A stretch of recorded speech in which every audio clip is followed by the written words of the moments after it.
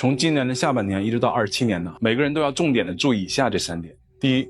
尽量避开人多的地方，因为人多的地方虽然有人气，但是别忘了啊，人气，就是说每个人都在贡献自己的气，而现在人多的地方啊，气场是非常杂乱的，混杂的可都不是什么祥和之气，更多的都是各种戾气、霉气，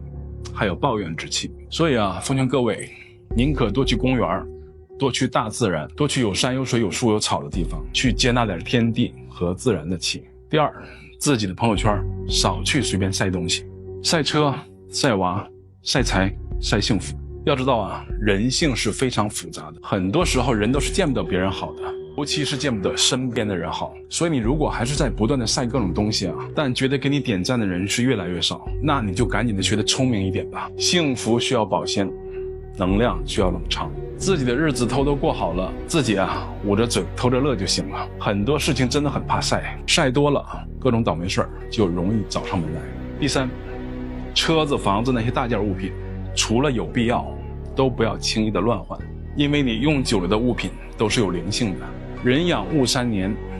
物养人一生。